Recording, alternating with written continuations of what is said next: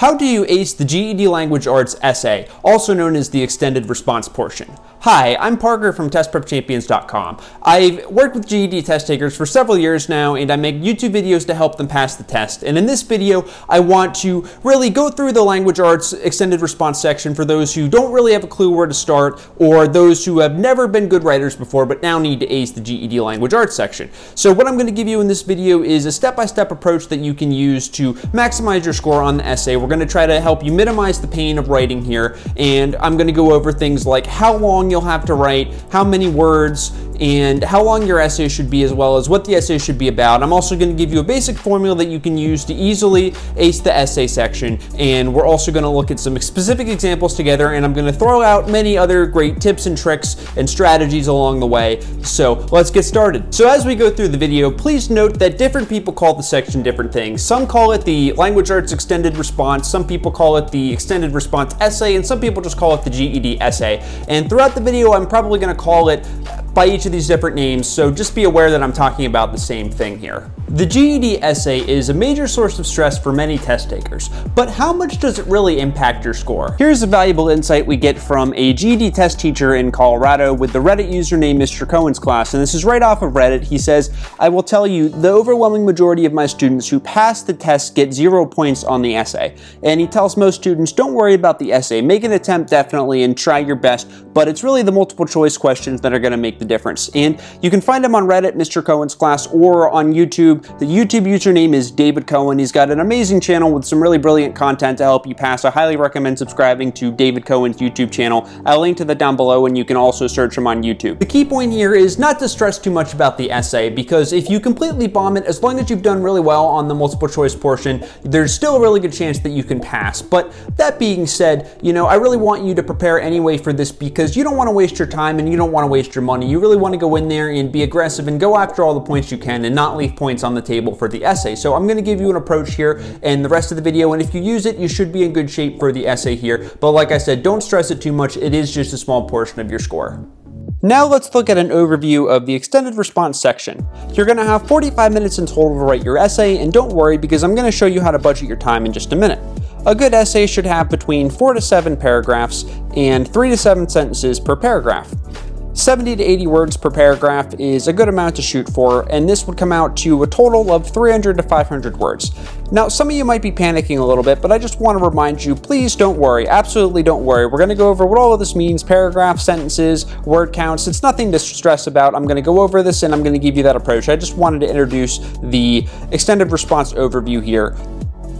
To write your essay, I recommend the following 4-phase approach.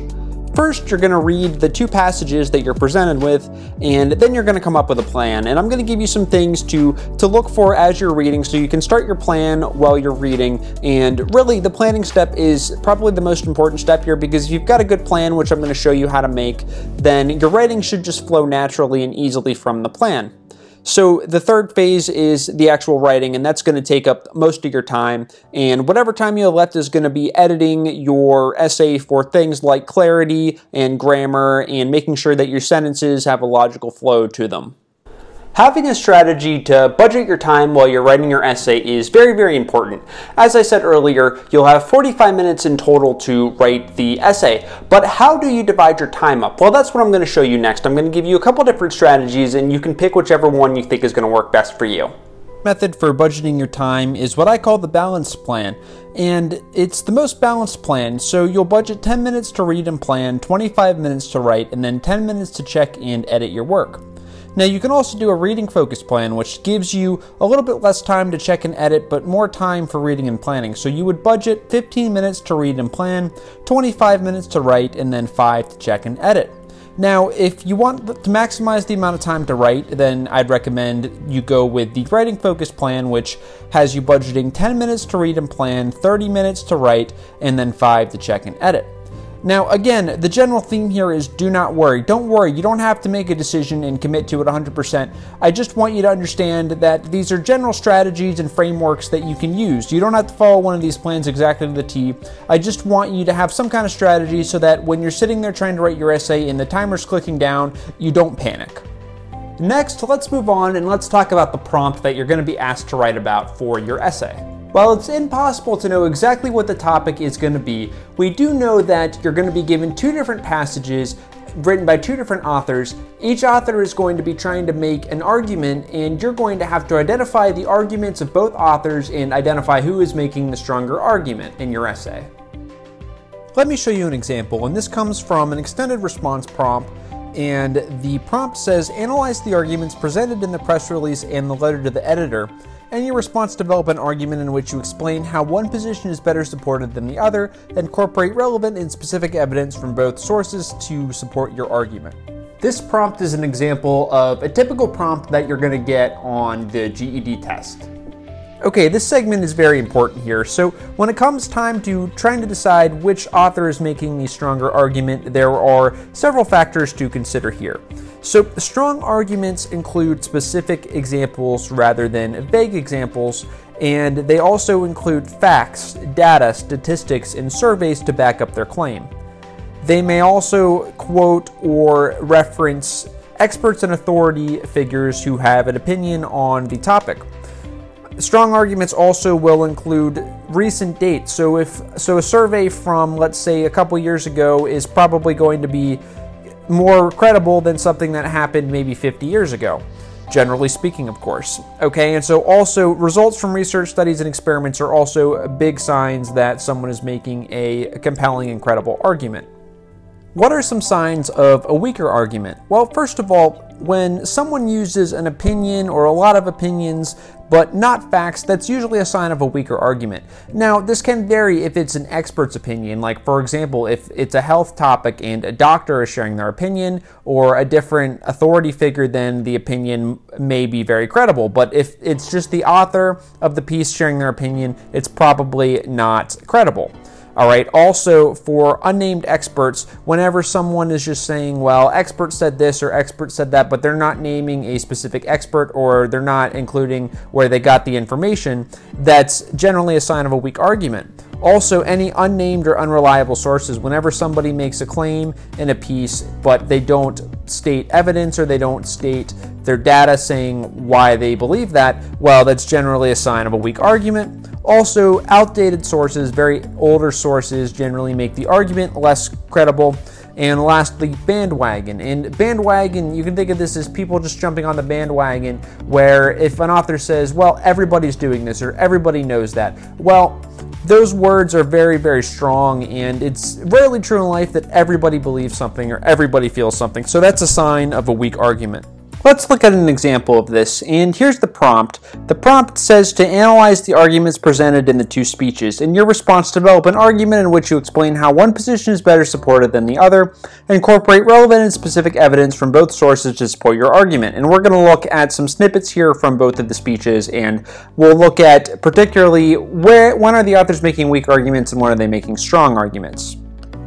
So here I've given you a snippet from the first passage here, and if you want to, you can pause the video and you can read this, or you can put the link that I've included here into your search engine. I'll also put this link down below, but that's not really that important for you to read the whole thing here. I just want to highlight a couple things here, and then we're also going to look at the second passage. So the first thing that you need to know here, though, is that the two authors are arguing over the proper age for a child to get a cell phone at. And so I've highlighted here Deborah's position, and you always want to try to find the author's position right away whenever you're trying to read through your essay and plan out what you're going to write. So here, her position is, it depends on the child, of course, but in general, age 10 is just about right. So she thinks that, or she's trying to argue that 10 is about the right age to give a child a cell phone. So what kind of evidence does she bring to the table here to support that argument? Well, we see here that she is citing from a survey done by the National Consumer League, and it was done in 2012, which makes it a fairly recent survey.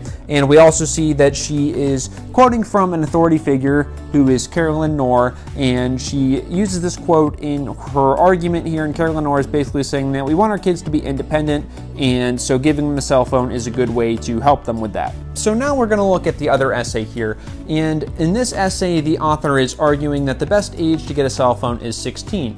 So her purpose can be identified here, or her position I should say, where she says, I believe that the best age for a cell phone is 16, the point at which we consider kids grown up enough to learn to drive, and even then parents must set firm limits on phone use. So right off the bat, we see that her position is 16 versus the other author who thought that 10 was the best age, or around 10 anyway.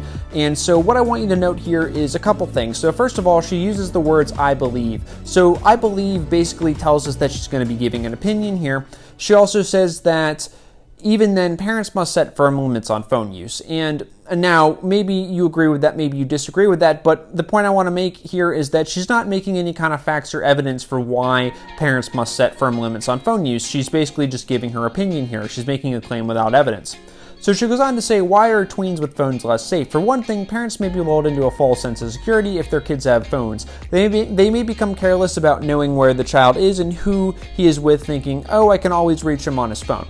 And now, the point again here that I want to make is that she might be raising some good points here. So maybe you do agree with her on a personal level, but since she's missing facts and evidence, data, she's missing results from surveys, there are no authority quotes or quotes from experts here that we can see.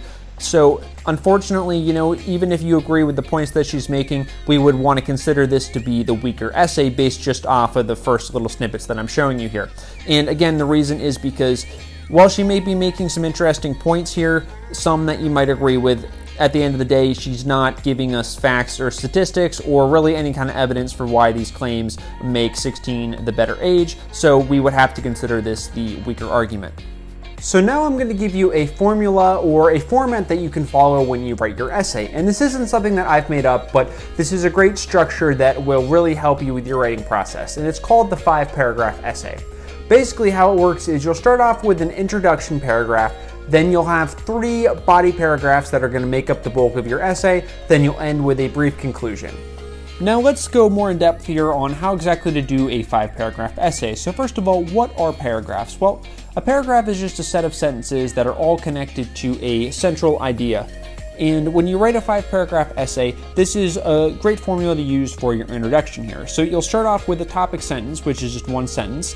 Then you'll state author A's position and then the other author's position. And then lastly, you'll put one sentence that is your own claim about which position is best supported by the evidence in the text. And now, this is not the only way to do it. There are other ways that you can do it. There are other totally valid ways to do it, but this is the way that I recommend doing it. This is a good approach to maximize your points, and it's just kind of like a formula that you can use here. And so let me give you an example here, and this comes right out of those cell phone passages. So your topic sentence is just kind of a sentence that just introduces the topic at hand. It doesn't necessarily say anything about which author's position you thought was stronger. It's just introducing the topic. So I said, the best age to allow your children to have a cell phone is an important issue. Nothing fancy, just gets the job done here, right? So that would be my topic sentence. And then the next sentence that I wrote is that Deborah Pendergast argues that about 10 is the best age. So I'm just stating the first author's position here. Then I state the second author's position, and I say, on the other hand, Linda Sidner argues that 16 is the best age.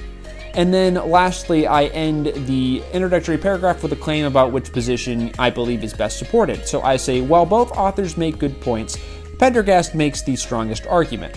All right, and so again, this is just an example I made up off the top of my head just to drive the points home here. This isn't necessarily the best way to possibly write an essay about this. I wasn't trying to win any awards with my essay writing skills here. I just wanted to give you an example of a totally valid way to do it, where it's just a formulaic approach. Just come up with a topic sentence that's something relevant to the topic being discussed. Just show that you know what the topic is, introduce both authors' positions, and make the claim about which position you think is best supported, and then keep moving. Just keep it simple. So then next, what you want to do here is for your body paragraphs, remember you're going to have 3 different body paragraphs, okay? And you're going to start off by picking out 3 reasons why one author's position is better. So during your planning, I want you to think about, at least 3 different reasons why the author's position is better than the others, okay? They could also be reasons why an author's position is weaker. All right, and so each body paragraph is going to start off with a topic sentence, and then the topic sentence is going to basically be why you think one of those 3 reasons gives better evidence for the author's position. Okay, and the rest of the paragraph is then going to support that topic sentence. So I know that this kind of sounds a little bit confusing, but let me show you an example here. So let's say that, again, here was my introductory paragraph, and here's my example for my introduction. Then this is an example of how I could write a body paragraph. So my topic sentence would be, one reason why around 10 is the optimal age is because there's evidence from surveys that supports the claim. And so that would be my topic. I'm just picking one reason why I think that author's position is better. Here it's because there's evidence from a survey that supports the claim, and then I'm just using the rest of the paragraph to explain what I mean by that using the evidence from the text. So I go on to say, a 2012 survey done by the National Consumers League tells us that most children from 8 to 12 years old already own cell phones. This survey provides evidence that the majority of children around age 10 can have phones. Since the survey was done in 2012, we know that the evidence is fairly recent. While Sidner makes interesting points, she does not include survey results or other data to support her arguments. Therefore, her essay is less credible. All right, and so again, this isn't necessarily the ultimate or the best way to write this essay by any means. I just put this down as an example, but this is just a totally valid way of doing it where I'm just picking out one reason why I think that this author is right, and so then I just basically explain that in the paragraph. And the reason I picked was because she uses evidence from a survey, and I just explained why that makes her case stronger and why the other person's argument was weaker because her essay was less credible and didn't have these results in it from surveys. All right, so your conclusion is really then the simplest part. It's basically you're just restating the main ideas, and it should be very similar to your introduction. It shouldn't take you that long. So basically, you can always just start by saying in conclusion.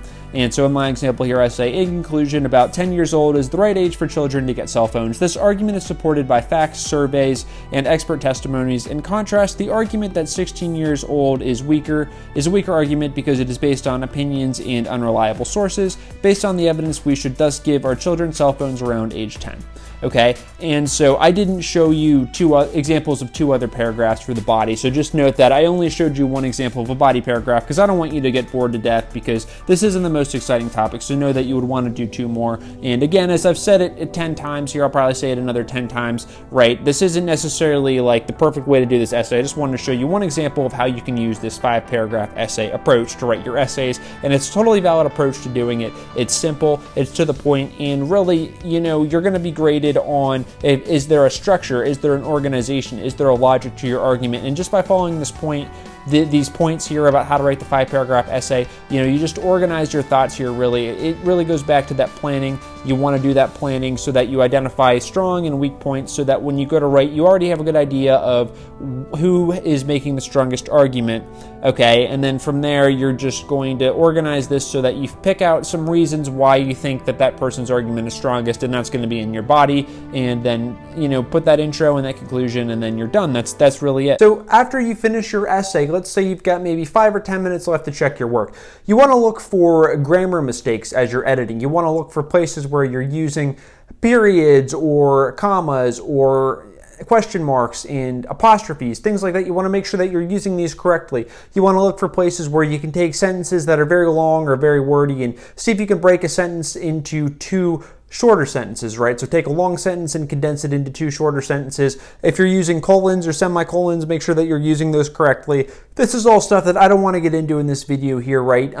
Because this video is about a step-by-step approach and the mechanics of writing the essay. So there's a lot of other things about writing, like transitional phrases. You're going to have to know how to use those, right? But really, if you just take everything in this video and you apply it, there's no reason why you're not going to get an excellent score. So the key is to practice, practice, practice. Make sure you understand this stuff, and then you'll want to look over some grammar rules too. Make sure that you understand those, and that stuff's very important. So I'm going to have future videos coming out on that stuff, but this is the video for today. I really hope this was helpful. If you find anything that was unclear or that you want me to elaborate on, please let me know down below. Please let me know in the comments what you think of this. Please give me a thumbs up, and please subscribe to my channel for more content like this. I really appreciate your time, and best of luck on your test. This is Parker from testprepchampions.com.